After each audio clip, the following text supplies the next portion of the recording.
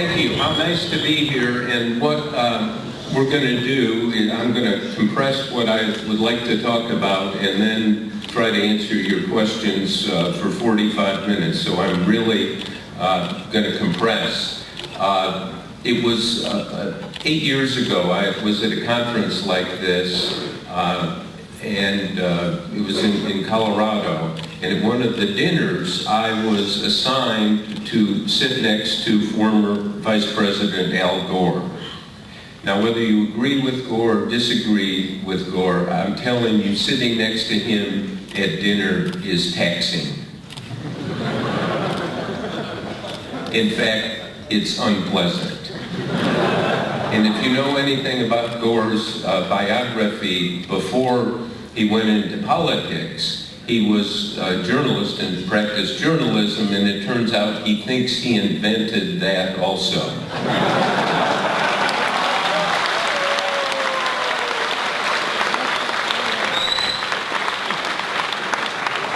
And so it was really a rough dinner for me. And he started, this is 2005, I'd written 2 of my 4 Bush books on Bush's wars. And so Gore said, well, why don't you come out against the Iraq War and against Bush? And like you did with Nixon, when you and Carl Bernstein wrote about Nixon, you condemned him and the crimes of Watergate. And I said, no, actually, that's not the case. The job of a reporter is to be empirical and get the facts and not take a position. And he said words to the effect of horse manure. It was a little stronger than that. And he said, look, I read those stories that you and Carl Bernstein did, and I said, I wrote those stories. And it did not move the needle of self-doubt on Gore's part at all. And his reading was more important than our writing of what those stories said. And then we got to the question, the central question of journalism, really, for not just journalists, but for citizens. And that is, how do we really know what goes on in government? Now, there is such a concentration of power in the presidency, it is mind-boggling. And so I just asked Gore, I said, suppose,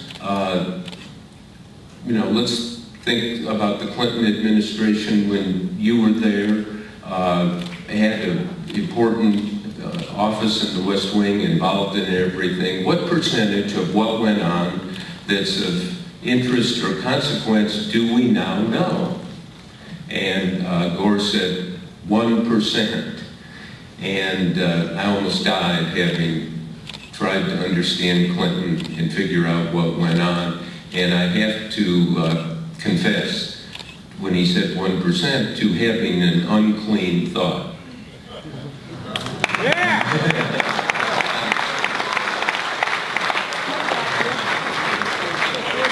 Some people know what I'm talking about.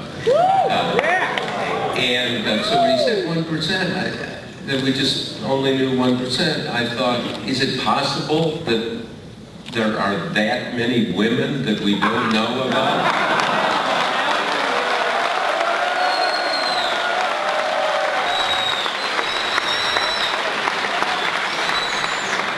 Think about it. That could be a big number. And then I said, suppose you wrote a tell-all autobiography. What percentage of what's of interest or consequence would we then know about the Clinton administration? And he said 2%.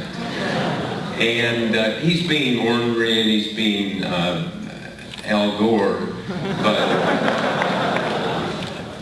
that's the question. It's certainly 1 or 2% is absurd. We know a lot more. I think it's about 60 or 70%, but it is not enough ever. And the problem is the part we don't know about, we don't know what it is. And so as a reporter, what you try to do is develop a method, and it is a method you would use or now use as students if you're writing a paper or studying for an exam. You want to be exhaustive, you want to immerse yourself in what's going on, because I have the luxury of time for these projects for the Post or for the books. It is a tremendous opportunity to interview people, re-interview people, get documents, get what I would call the gold vein of research, particularly about presidents, contemporaneous notes of meetings or phone calls, decisions they've made, so you can actually get the order and the language right. And then, in the case of the Bush books or 2 Obama books I've done, I then send the president a long memo. And in the case of Bush, I remember for the early books I did after 9/11, I sent him, in one case, a 21-page memo. And I remember colleagues of mine at the Post said, "You sent George W. Bush a 21-page memo?" I said, "Yes." They said, "You finally have lost your way. There's no evidence in all of Bush's years at Andover, Yale, or Harvard Business School that he ever read anything that long."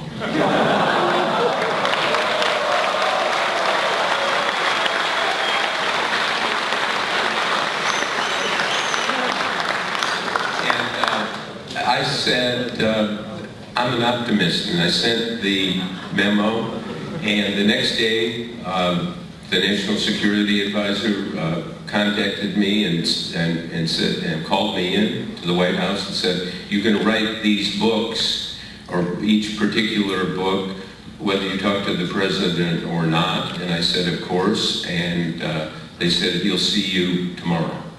And I was able to interview Bush for hours and hours, able to interview Obama the same way. Because you're coming in from the outside and you're saying, I've spent a year trying to understand why you made the decisions you made. And you're sending a message to even a president, I take you as seriously as you take yourself. And presidents who live in a world of sound bites, press conferences, jump at the opportunity when somebody comes in and says, I'm really making a serious inquiry. I want to go through some of the discussions with presidents, some of the things I think I've learned or that can be learned from how they try to work their will or fail to work their will. But each time you do one of these things, there's surprises. And I want to take one clear example, which was a real cold shower for me, a humbling experience. This goes back to a month after Nixon resigned as president in August of 1974. Gerald Ford, who had been vice president, became president. And a month after Ford became president, he went on television early on a Sunday morning announcing he was giving a full pardon to Richard Nixon for Watergate. And I think he went on television early on a Sunday morning hoping no one would notice. But it was widely noticed, but not by me. I was asleep. And my colleague Carl Bernstein called me up and said, have you heard? And I said, I haven't heard anything.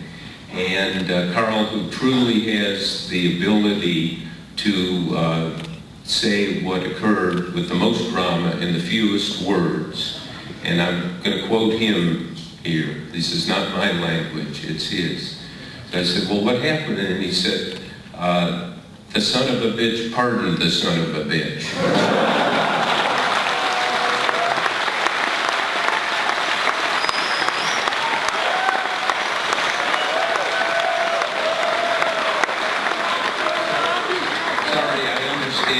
That's not boys' state language, but you live in the real world, right?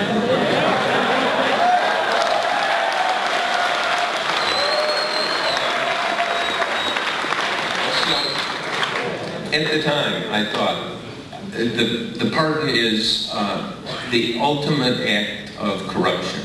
And it was in Rome, there was really an aroma that there was a deal between Ford and Nixon on this, that Ford would get the presidency if he guaranteed a pardon for Nixon. There was some evidence of it. It was unclear. There was lots of suspicion. There was the question of, which hopefully all of your lives you will deal with, and that's the question of justice. What's fairness in the system? And the president is the only one who got the pardon. He got off. 40 people went to jail because of the crimes of Watergate. Hundreds of people had their lives wrecked. If you look at the history going back, Ford lost 2 years later to Jimmy Carter in the presidential contest, largely because of the suspicion of that pardon.